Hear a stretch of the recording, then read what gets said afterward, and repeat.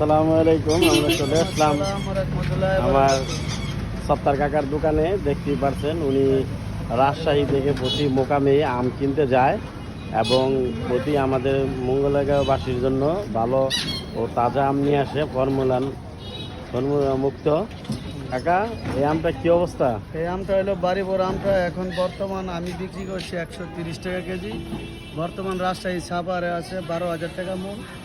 অনেক বাড়তি রূপালী আমও 12,000 11,000 টাকা মূল।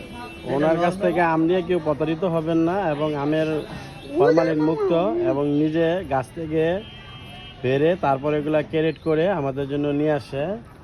এইবারকার কত মন আম বেচলেন এই সিজনে? এই সিজনে প্রায় 200-250 মন আম বিক্রি হয়েছে। মাশাল্লাহ মাশাল্লাহ। এই যে চলে আসবেন, এই যে মঙ্গলগাঁও দেখতেই পাচ্ছেন এই বাজার। এই যে আমার আরেক চাচা এখানে বসে রয়েছে।